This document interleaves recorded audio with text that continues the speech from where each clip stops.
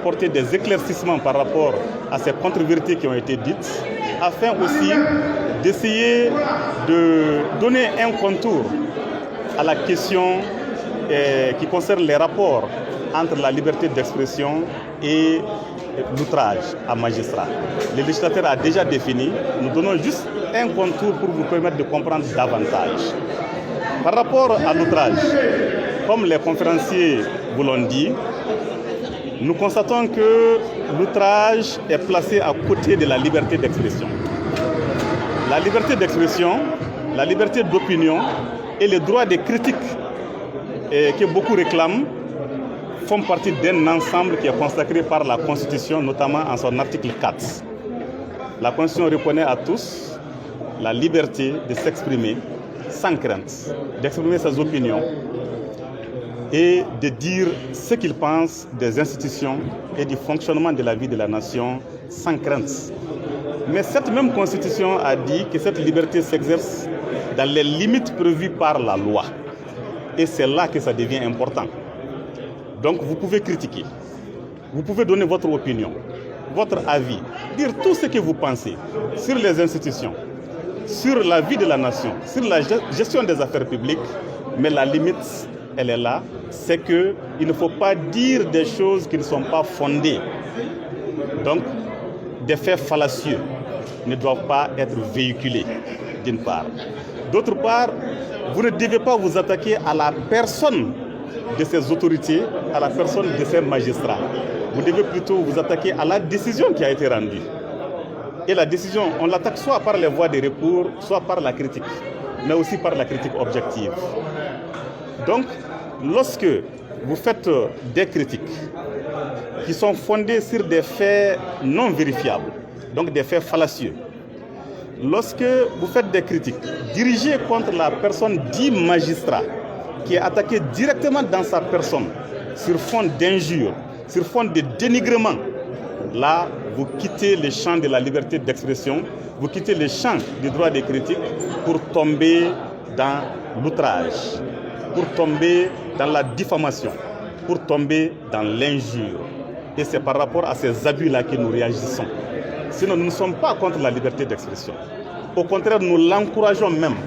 Nous vous invitons à venir vers nous, à chercher à comprendre ce qui se passe. Chaque fois qu'il y a une affaire, il y a un dossier, ne vous contentez pas d'entendre une seule partie. Allez-y entendre l'autre partie aussi. Venez vers les juges, cherchez à comprendre ce qui se passe. Et là, vous aurez tous les contours de la question et vous pouvez dire des choses vérifiables, des choses vraies. Et en ce moment, vous n'encourez aucun problème. Donc cela, c'est le premier volet de la conférence de la presse, de la conférence de presse que nous avons organisée.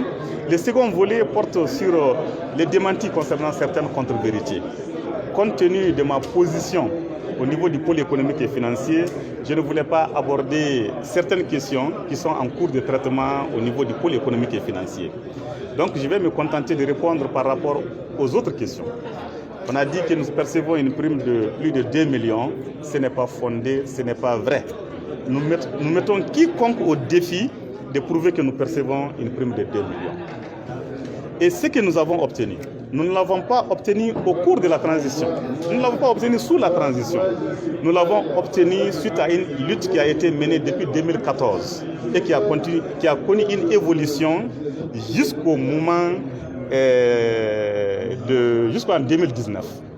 En 2019, l'Assemblée nationale du Mali a voté la loi d'orientation et de programmation du secteur de la justice qui a décidé de nous accorder ces avantages-là. Vous avez remarqué, après la grève des 100 jours, le président Ibeka nous avait dit à l'époque, les magistrats, je vous ai compris.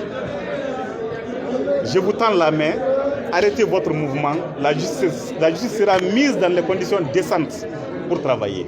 Et cette réponse, c'était cette loi d'orientation et de programmation. Elle a été votée en décembre 2019 et à sa suite, un décret a été adopté en 2020.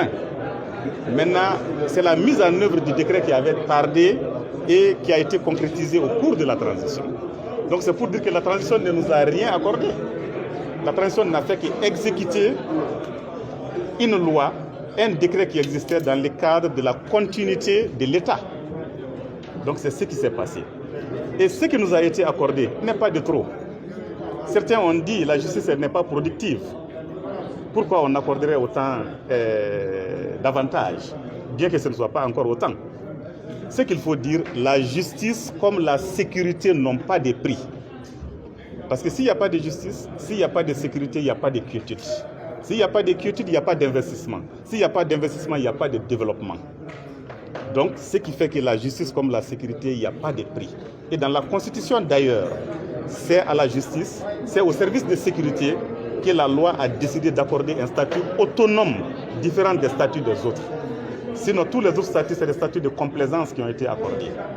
Sinon, les seuls statuts qui doivent être distincts du statut général, ce sont les statuts de ces gens-là et c'est consacré par la Constitution. Ce n'est pas une invention des magistrats. Merci beaucoup. Voilà, merci beaucoup.